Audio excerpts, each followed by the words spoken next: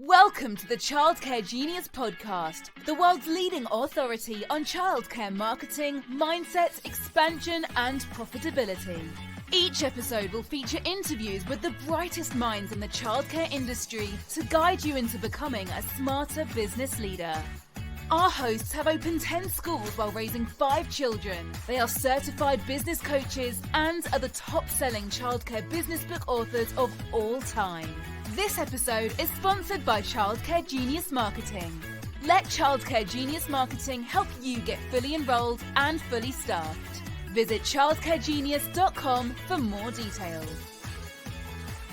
Let's welcome to the Childcare Genius podcast our hosts, Brian and Carol Dupre.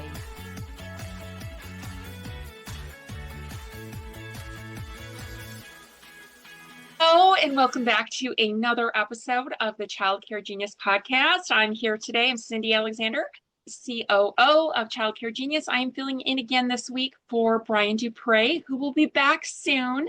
But I am here this week filling in, and I have with me Robin Harris, who is an amazing childcare leader. She is the owner of Exceptional Scholars Leadership Academy, but she's had a long journey in childcare, and she has been a member of the Childcare Genius University coaching program. She has just joined on staff to help us and to help other leaders. So if you haven't caught that announcement that happened a few weeks ago, Robin is now officially on the Childcare Genius team as a coach. So she has a ton of knowledge and experience and expertise that she's going to share with us today. Robin, I'm so grateful to have you here today. Hello. Thank you so much. I appreciate the opportunity. I am super excited. Thank you for having me today. You're welcome. So, I know that you have tons of friends in the business. A lot of people listening probably already know who you are, but if you're new to us, why don't you just tell us a little bit about yourself and your journey into childcare and, what's important to you about working with children? Absolutely. So my name is Robin Harris. I am originally from Houston, Texas. I now live in Spring, Texas, right outside of Houston. And I absolutely love everything about childcare, everything about working with educators, working with students.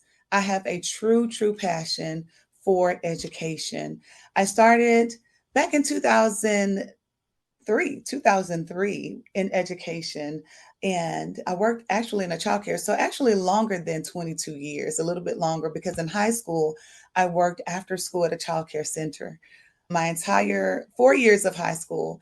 After that, I went to Texas Southern University for my bachelor's in education. And after that, I went to Prairie View A&M University for my master's in educational leadership. I love everything about education. Worked as a public school teacher for 15 years in Houston, Texas.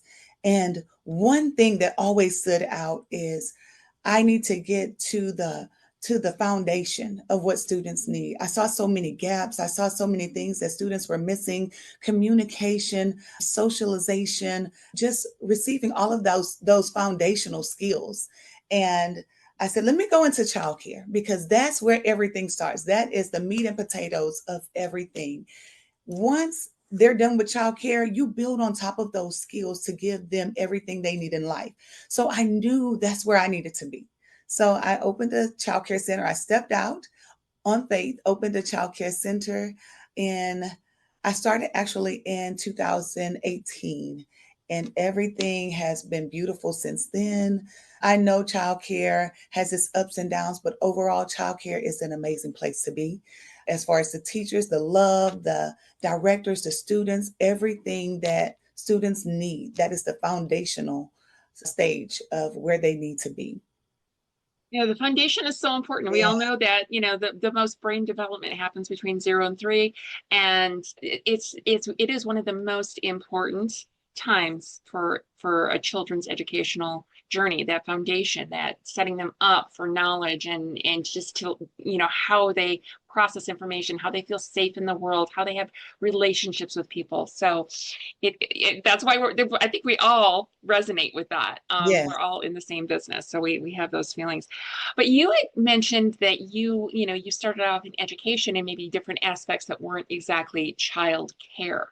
Yes. So being that you said in 2018 you started your first center.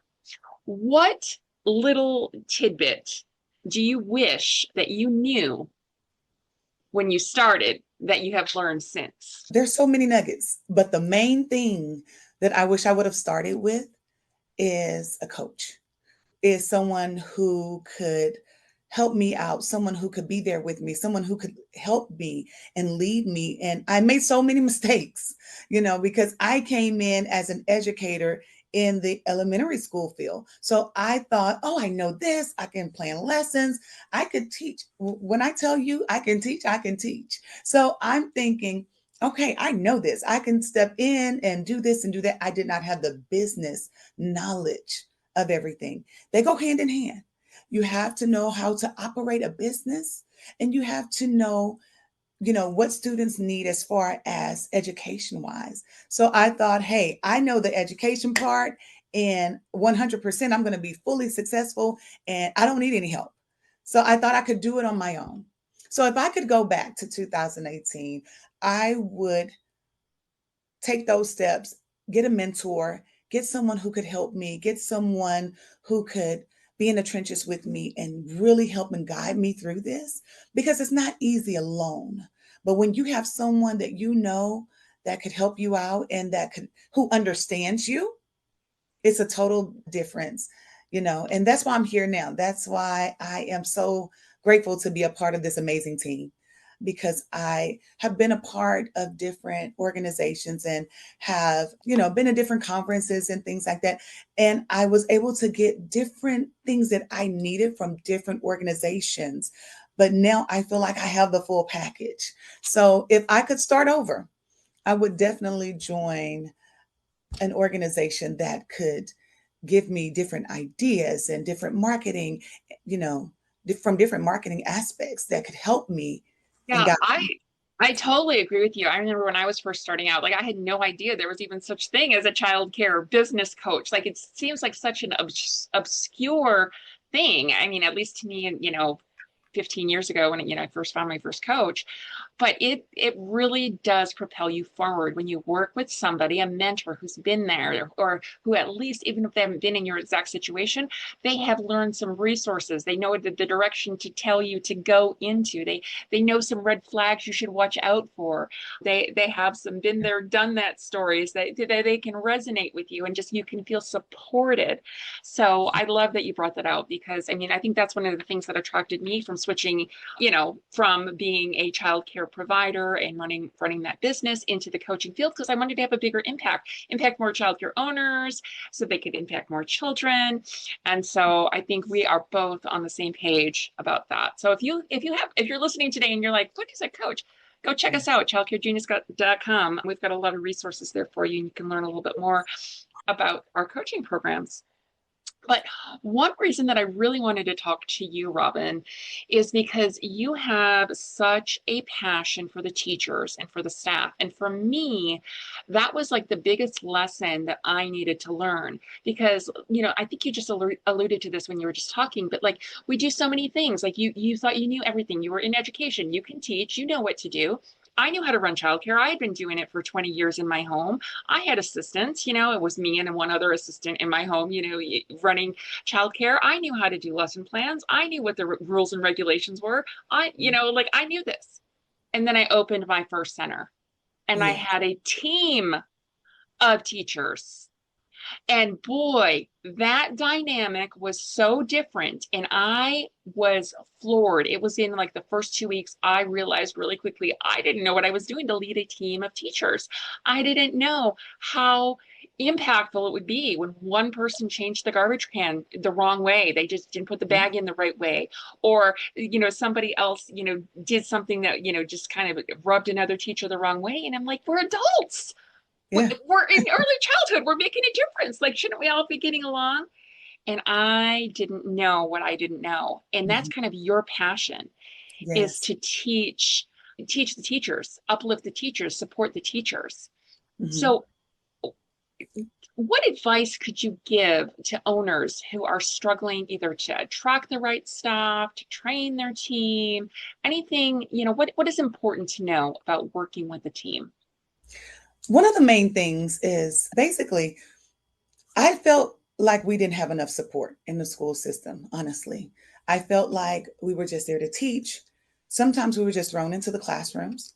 And I see a lot of that going on even today in other schools. Teachers need to feel supported. Directors need to feel supported.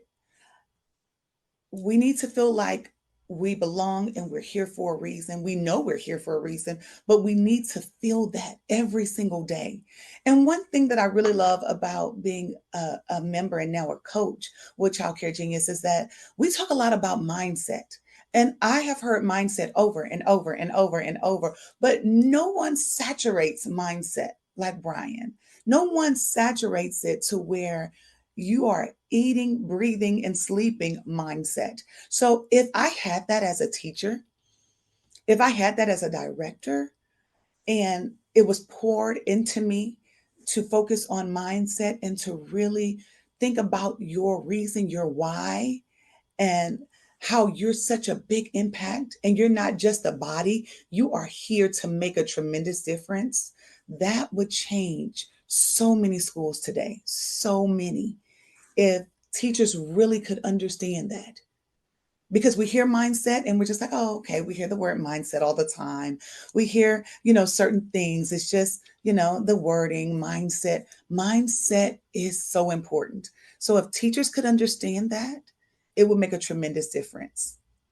That, And I think that there is a difference between, your overall mindset of anything is figure outable, everything is possible. I have the strength to, overcome or get through. I can solve this problem. I can find a solution.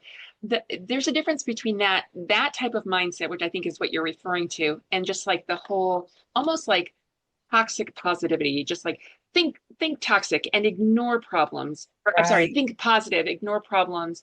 There you go. Like sugarcoat everything so it's all Mhm. sunshine and rainbows. You're talking about resilience and Yes. positivity in resilience and overcoming and getting through and up leveling and Yes. constantly learning. And yeah, I love that aspect about being a part of our And coaching program. yes, and when you come through the door, one thing that I tell teachers, when you walk through that door, everything else is gone. All of your problems, anything that you're going through, any issues that you have, it's not the student's fault. You come in, you leave it right at the door, and you walk in with, I'm not saying to it didn't happen, but you walk in and you give your 100% every single day. Those students deserve the best of you. So if we can pour into the teachers even more all over the world, schools would have such a great impact. Such a great impact. Owners pour into their teachers more. What actions could they, just a couple of tips. Like some people might be doing a good job, but Mhm. we can always do better, right? Yeah, always. What quick tips do you have where we could pour into our teachers? The first main thing is to train your teachers, to constantly train them, to constantly give feedback, and not just when something's wrong. Not just, hey, you didn't do this right, you didn't do that right. But let me show you.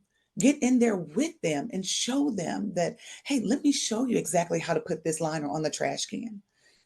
I had one teacher who, when I first started, I said, hey, can you mop the floor in the restroom for me? She said, absolutely. And she took the mop bucket in the restroom and she started pushing the mop bucket with the mop inside of the bucket. And I said, oh my goodness, what is going on? And she said, I'm mopping the floor. And I said, how? You don't have the mop out? She said, I don't mop. Our nanny mops. I've never mopped the floor. She said, this is what you do, right? And she was and so I thought she was joking. And she literally started crying, like not really crying, but tears were in her eyes. She said, can you show me? And at that moment, I said, I did not show her specifically what to do. It's my fault. I just asked her to mop the floor for me. Mhm. So if we show them exactly what we want, if those SOPs are so tight that you could walk into a school and operate that school, I want to be able to go into a classroom and know exactly what to do without anyone telling me, hey, Ms. Harris, before you walk in, this is here, this is there. Da, da, da. We need to set them up for success. So that is the Right. main Love thing. that. If Mhm. you can set your team up for success to where everything is laid out for them, that's the first thing. empower them. Walk by and say, hey, Miss Johnson, you're doing an amazing job. I just want to let you know that I appreciate you here at EX1. You are so awesome. I am so grateful for you. Small things like that. Let them know that you are grateful. Because in those tough times when other people are on Indeed and really trying to, hey, let me take your teachers. So it's so bad in some places where owners are going to other schools and sitting in the parking lot waiting to talk to teachers because they're trying to take them to their schools. Oh I my have heard so goodness. many stories. So in tough times like that, your teacher should say, "Hey, I work for EX1 or I work for ABC, and I'm happy. I love the staff, the owners, the directors. I love my team. I'm sorry I can't come with you." One thing I love that you said is, just walk by and encourage them, empower them, and say, I appreciate you, but what I would really encourage you to do is more than just, I appreciate you. I'm so happy to have you here. You're a great asset on the team. Notice something specific that they did, Yes, and you'll get more of it. I I saw used you. to try to do that. I used to try to be like, and I say used to because I sold my schools a number of years ago. But oh, I love these new labels that they did. They go Yes, with the classroom theme so well.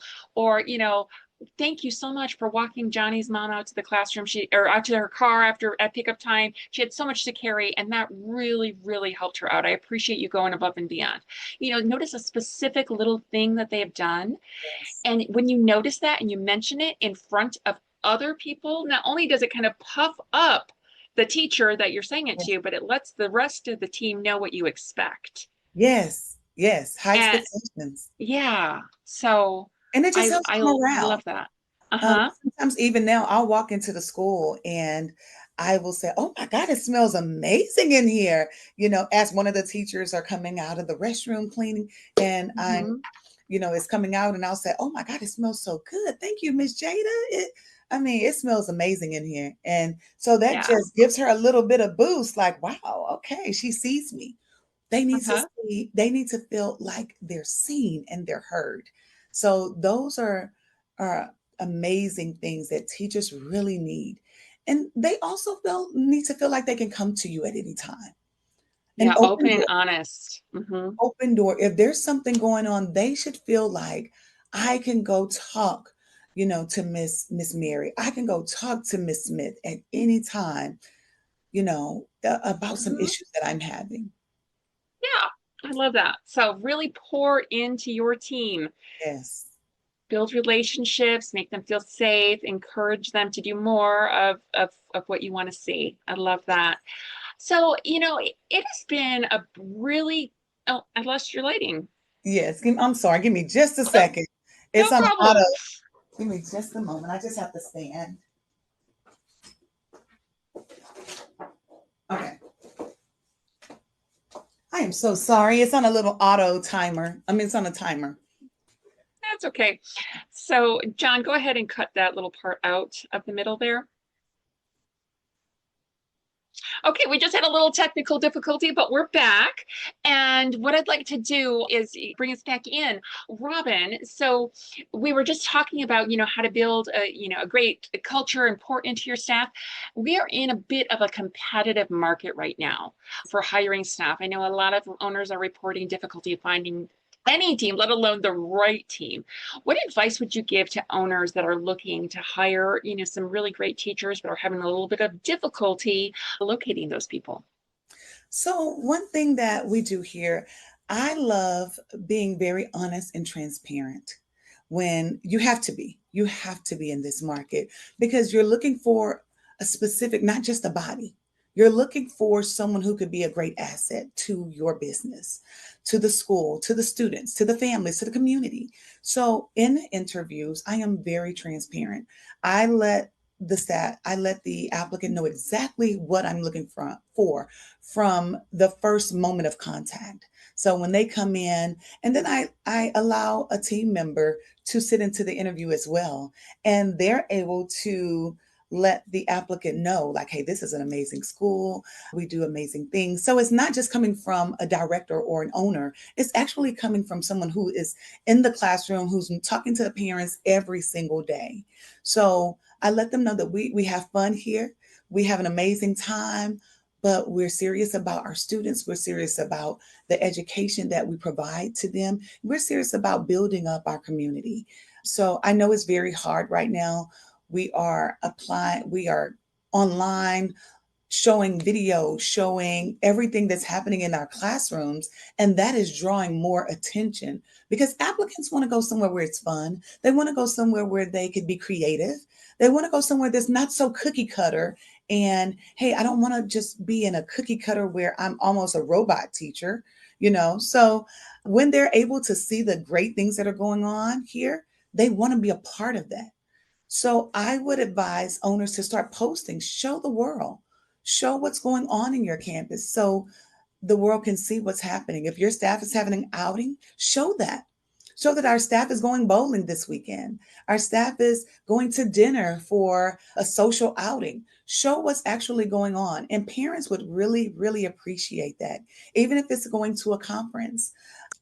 Well, yeah, because those types of posts, that type of sharing, is like a double marketing, like whammy, because not only are you showing other potential teachers what it's like to work at your school, you're also showing parents that you invest in your team and that your team has a personality. They're real people, and they're there for each other, and they're there, they're at a training, and they're together, they're learning together, they're bettering themselves for the family's benefit and the child's benefit. So you really do have that double whammy effect when it comes to marketing, because you can reach both audiences. Absolutely. So I absolutely love that. So you've gone through all this trouble, you've got an applicant, you've done a great interview. Is there anything special that you would recommend doing, like in the onboarding process, to kind of solidify them and set them up for success, just beyond training? Yes, I always like buddying them up. Budding them up with another staff member just to walk with them and, just go over so many different steps and strategies and things like that with them. They need to have that one-on-one connection for a while. And then I have them come in, and we have a lot of communication is key. We have a lot of talks about what's going on. How are things? How do you like it? Tell me one thing that you would change in your classroom if you could. Tell me, something that has been sticking out that you would like to do it with your students. Tell me just anything about your classroom. And I also let them know that they could come in, again, open door policy. We have something called Chat and Chew every month, where I call my staff members in one at a time. I set up a nice little station with food and snacks, and we sit down and talk. We chat about anything. It could be about your classroom. It could be about something that you just need to talk to someone about. We just have a few minutes of conversation, and it's amazing.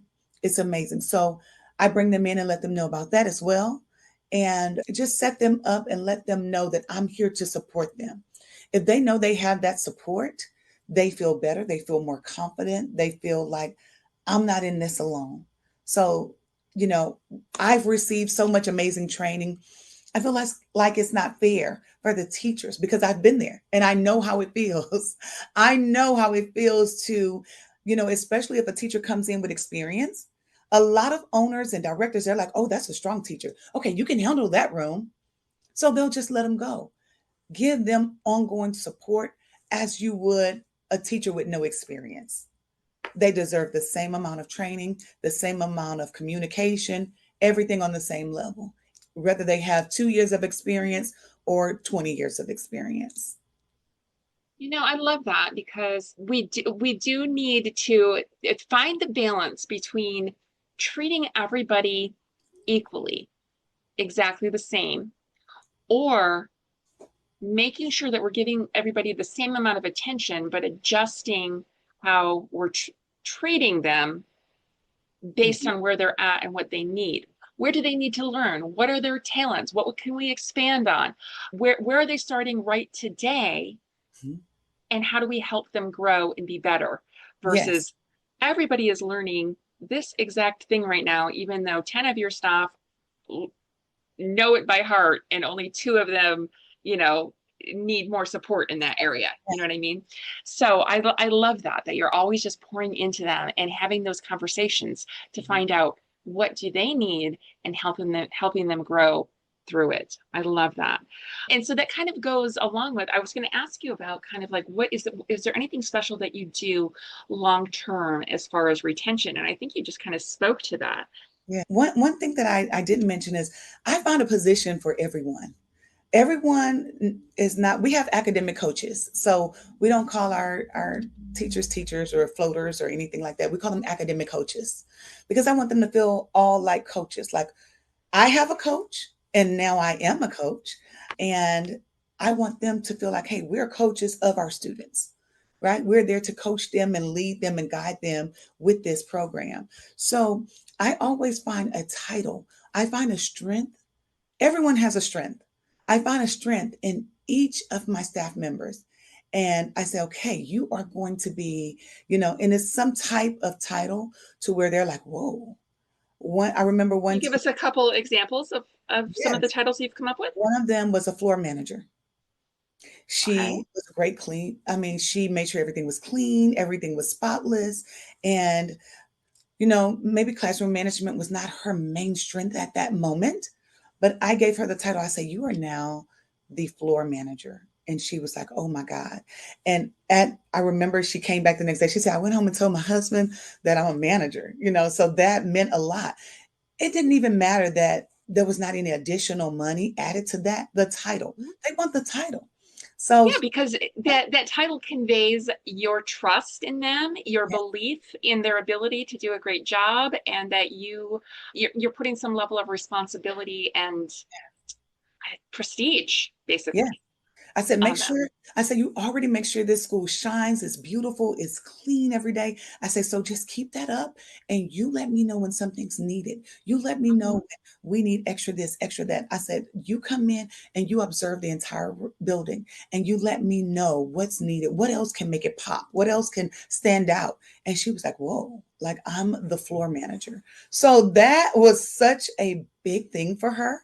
So, we start doing small things like that and it empowers everyone because now everyone feels like a leader or, some type of manager. You're managing that department. I don't care if you're the only one there, you're the manager. So it just And it could just be a small empowers area of responsibility. It's like, absolutely. the person who organizes the files and just make sure that, that they're all organized the same way. It could Yeah, be that one job and they're the file manager or, whatever it is. But like you give everybody an area of responsibility and you highlight it, and then they feel recognized for the good absolutely. job that they're doing and that they feel important, that they're depended on. So Mhm. yeah, that's great. That's That great. So community relations, anything like that. yeah, Absolutely. parent event coordinator, Yes. Yes. newsletter distributor, whatever it is. Yeah, Yeah, you can come up with jobs to highlight people's strengths and talents and give them those kudos for doing a great job. It sounds absolutely. like you've got this dialed in as far as creating a positive, workplace and investing in your teachers, making them feel really good. But there's got to be times when somebody doesn't work out, Yes. somebody fooled you at an interview, or maybe they put on a show to get the job, but then they went back to their old ways. How do you handle those situations? What are like some telltale signs or some steps that an owner should take when they realize somebody's not working out? Well, sometimes they definitely send their representatives to the interview. I've had some amazing interviews, and within the first week, I'm like, whoa, okay. So that's why it's very critical to sit That's with funny. They send their representative. they They send put their on their business representative. face to the interview. Yeah, I love that. Yeah, they send their representative to the interviews. And the Uh, thing about people is that they can't put on a show that long. It's not possible if that's not your character, right? If I didn't love teachers or students the way I do, I could not be this person for 22, 25 years, right? So you can tell within the first week, I'm really diving into that person. I'm really leaning in to see how they handle situations, because every day is not a perfect, beautiful butterflies and rainbows at any school, right? So situations are going to happen. Lunch may be delayed 5 minutes, 10 minutes. Things happen every single day. How do you handle it? So It's important to take notes. I keep a nice little notebook and I am monitoring, I'm watching to see how they answer questions, how they, how their attitude shifts, right? So sometimes I may say, hey, I know you were going to lunch at 12 o'clock. Is there a way that you could go at 12:30 today? So, there's so many different things that you can do to see how their attitude shifts and just really observing them with students, with other team members. They will quickly show you who they are. So when that happens, we have conversations. And again, I review, hey, remember we talked last week, and your first 2 weeks are critical. Your first 90 days are critical, but those first 2 weeks are blocked out for me to see if you're a good fit for us and if we're a good fit for you. Because I want to make sure it works both ways. I want to make sure we're a good fit for you as well. So we have that conversation. And if there's too many incidents or the attitudes just don't line with our core values are so important for this campus, for our school in general. If they don't line up, then we would have to let them know that, we're just not a good fit for each other. And we'll have to, discontinue employment at this time. And it's okay to do that. In the beginning, I just kept trying and trying and trying. And then it would be a month later. And I've wasted all this time. And I knew from the beginning that that wasn't the person who aligned with our core values. So now I am paying attention. This goes back to the coaching because I did not have a coach in the beginning. Mhm. So I did not know these things. I just, my heart is so big. I just kept trying like, oh, I want to keep this person. She has, she's so sweet and she's on time, but her attitude doesn't, align with our. Yeah. So I just kept trying and trying, but now I'm paying attention from the first day. So it's important to get those notes, gather, even talk to the buddy. Hey, how's it going? Someone that I really trust, and my own observations, and have those conversations with them early on so we won't waste too much time. One thing you said just really stood out to me, and it reminded me of a saying that I had heard in the past. You were talking about, that those first 2 weeks are really critical, and I think that they really are. And you just kind of brought it to light, because when you said that, the saying popped in my head. It's kind of like the tea bag test. You put somebody in hot water Yes. to see what they're made of. And really, those first 2 weeks are kind of hot water, because you're just kind of like finding your feet in a new situation. You don't know where anything's kept. You don't know the dynamic between this teacher and that teacher. You don't know that this parent hates it when you put blue socks on their kid. You know what I mean? Like there's just so much that you don't know. And like you watch how somebody navigates that stuff. And sometimes people are just like flailing, paddling water. They're drowning and they're trying to stay alive, but they're not quite getting it. And other people are just kind of like doing the backstroke. They're like, okay, I'm not really moving forward, but I'm staying afloat. And I just like, I'm finding my feet and I'm figuring it out in a calm way, with the right attitude.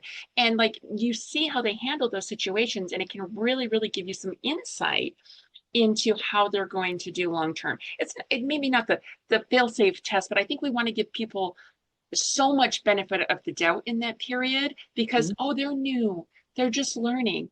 Yeah. But yeah, how are they dealing with the learning? Because that is really a key insight as to how they're going to handle things going forward long Yes. term. So yeah, you made me think. You made me Yeah. think. I like that. So have you ever experienced a time, or tell me how you deal with times when you're short on staff, when you do have staff shortages, but you need to deliver the same quality of service? Your staff is feeling overworked, maybe because they're working extra. I mean, are there any like little creative tips or tricks or things to keep in mind during periods when you're short staffed? Yes. Buy-in is so important. If you get your staff's buy-in, when situations happen like that, you don't have to put the pressure on because they already have your back.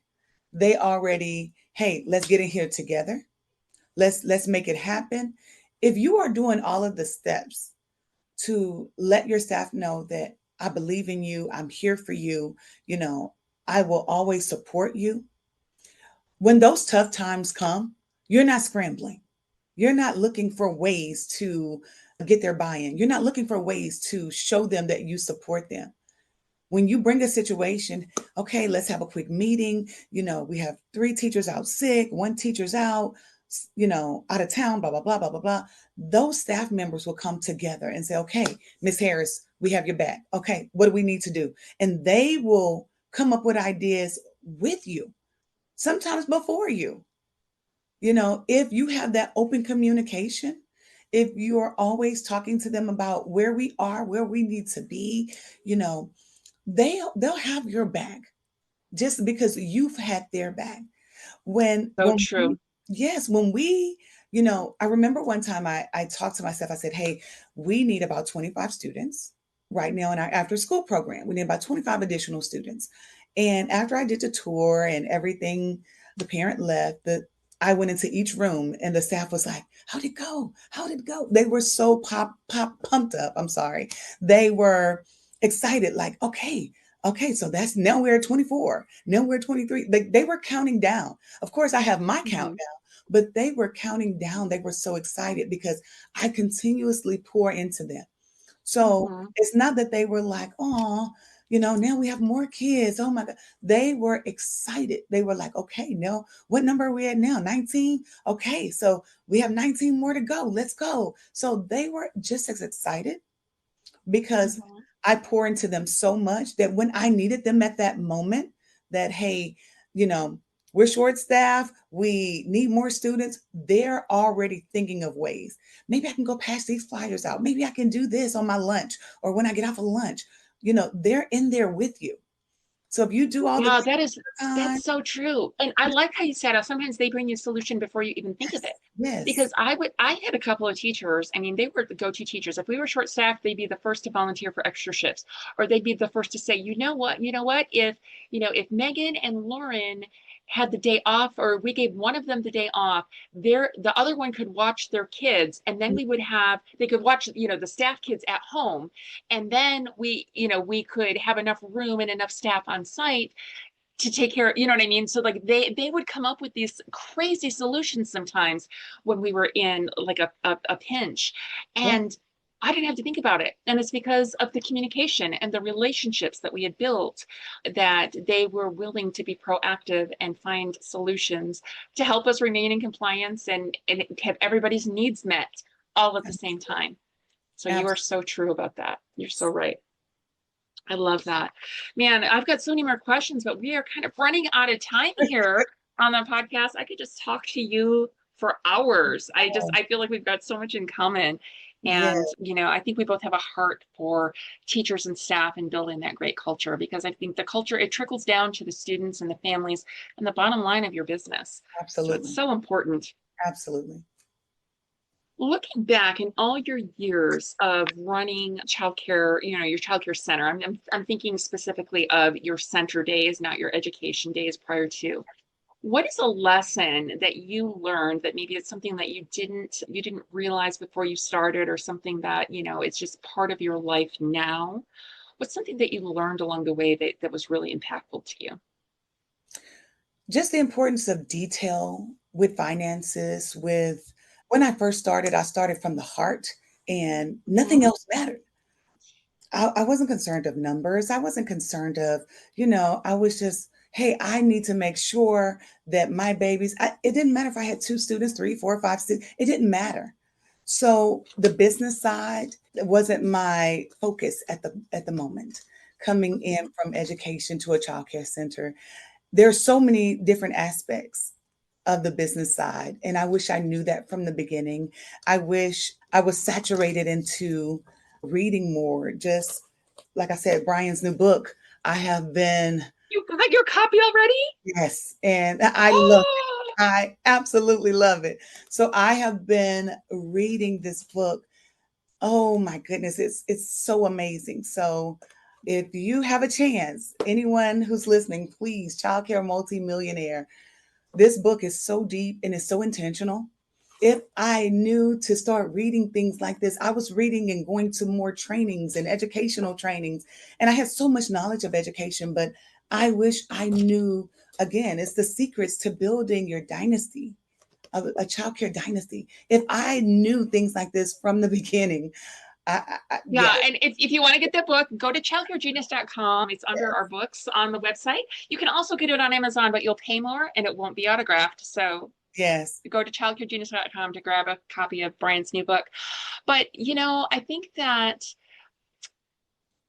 you're so right about the fact that we need to learn more about the business, because I would say the majority, I mean, I don't have a scientific number, but the majority of people, especially women who get into childcare, started it from the heart. They started it from a need to provide something for their own family, and it trickled out into the community. And so they want to care, they want to educate, they want to make a difference. And the numbers and the business and the metrics and the techie stuff Yes. is secondary. And if we want to be successful in making that impact, we have to put some focus on all of that business stuff. But we are capable to learn.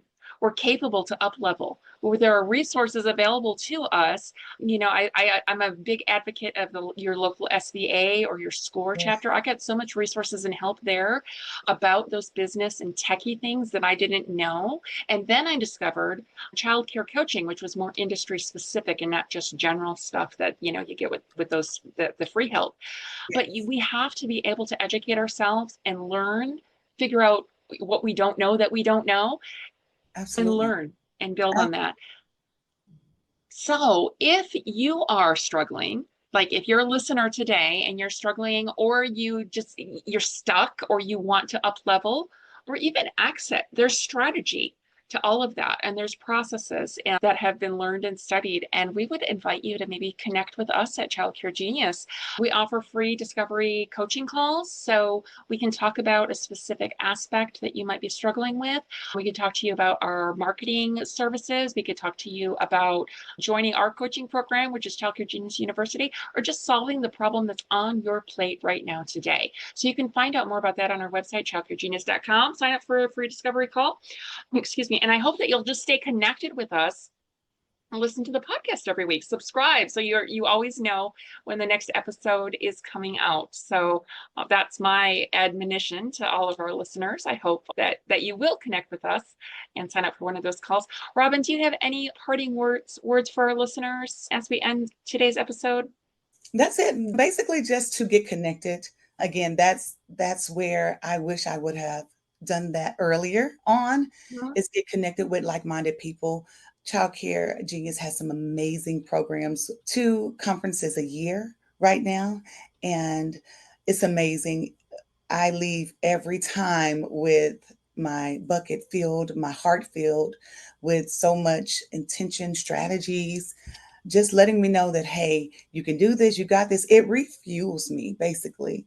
Just meeting so many people all around the world that meet in a centralized place, and we talk about how to solve our problems together. We talk about how to level up together. We talk about how to do great things and how to intentionally go back and make a difference in our schools. Again, leading from the heart is amazing. I love leading from the heart, but you have to have a balance of leading from the heart and knowing how to strategically run your business, and you can't do it alone. You can't do it alone. Yeah, because otherwise your business runs you. Yes, there are so many times I thought, hey, I can do this. I don't need any help. I don't need any support. And with the support, with the help, with the resources alone, let me just tap on the resources along with being a member is amazing. I mean, when I say marketing, the Genius Box alone, where all of your weekly, daily marketing is already there. All you have to do is add your logo and everything is there for you. Everything is done for you. Just the resources, if you need a flyer for this, if you need a handbook, if you need this, that, I mean, there are so many resources, things that I have spent hours on, things that, I've needed help or had questions on. It's all there. It's all there for you. And then the coaching. The coaches are amazing. I remember my first call with my coach, Michael. He is so amazing. Oh, I know. Every time I talk to him, I'm like, this guy is so smart. Is so smart. Yeah. Michael's so smart. He walked me through so many different things. And he's like, you need to do this, this, this, this, this. And I was like, whoa. And when I sat down and did every single thing he told me to do, I was so upset with myself, but I was happy that I found him. And I was like, you know what? I'm so mad that I should have done this on my own. It's just things we don't think of. And he Yeah. is so strategic that he was like, okay, you're going to do this. I saved thousands of dollars just the first month after talking to him. And we went through line by line, bank statements and items and different things. I mean, he's so smart. It's ridiculous. Yeah, Ridiculous. and I'd like to point out the fact, I mean, I know that you're talking about this from the perspective of being a member in the university, and you've just joined the coaching team, but you haven't actually started yet. Like, No. you know what I mean? So you're speaking from experience. Yes. And Yes. what I love, and this is true for every single one of our coaches have coaches, because we all know that we need help. Yes. And so we do, believe in it so much as a coach that we have our own. So I love that you brought out how much further you can get with just that support, just that accountability, just that somebody pointing out your eyes need to be on this thing, or you need to do this thing differently, and it's going to make a difference. And it does. It helps you to move along faster. And if I can really touch on one thing that I am such in awe of now as a coach, it is so amazing to see the real deal happening on the inside and Mm. not pointing fingers at anyone ever. You practice what you preach. You practice what you do. And I say that as a student and as a coach now, seeing Mhm. internally what happens on the inside, how intentional the coaches are, how things go on the inside that is just strategic planning for every single member. Some people say certain things, oh, we do this, we do that, we offer this, we offer that. And on the inside, those things may not happen. Or it's almost like a false promise, like, oh, we're going to do this, we're Yeah. going to do that, we're going to do this, we'll be there for you, we're going to walk hand in hand with you. Seeing it on the inside from a coach's perspective, just with the onboarding first is so thorough as a coach. So I appreciate that because it was such an amazing onboarding process with the university, and even going through everything and seeing that these things are actually happening.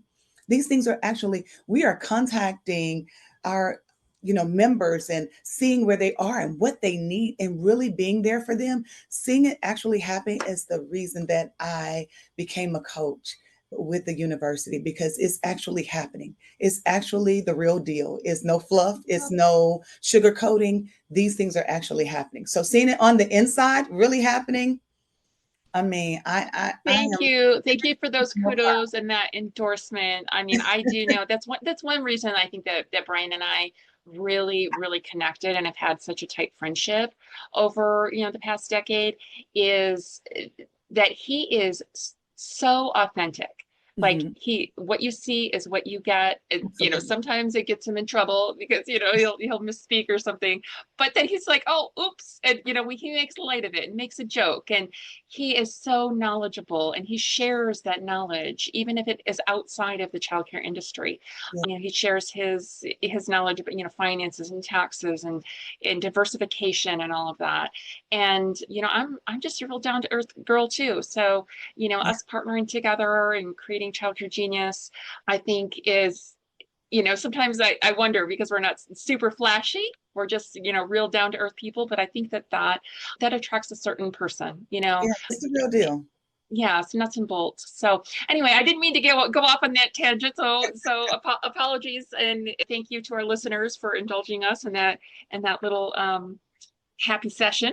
Okay. But for now, I'm really going to end the Child Care Genius podcast. Thank you so much for listening, and please hit that subscribe button. We'll be back next week with another amazing guest, and I do hope that you hit us up on our website and connect with a free discovery call.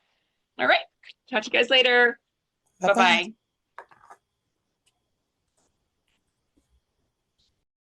Thank you for listening to the Childcare Genius podcast. If you enjoyed the show, please do us a favour and hit the subscribe button so you don't miss a future episode. Don't forget to visit our website at childcaregenius.com to see a list of services we offer to help grow your childcare business. Until next time, thank you for being a part of the Childcare Genius community.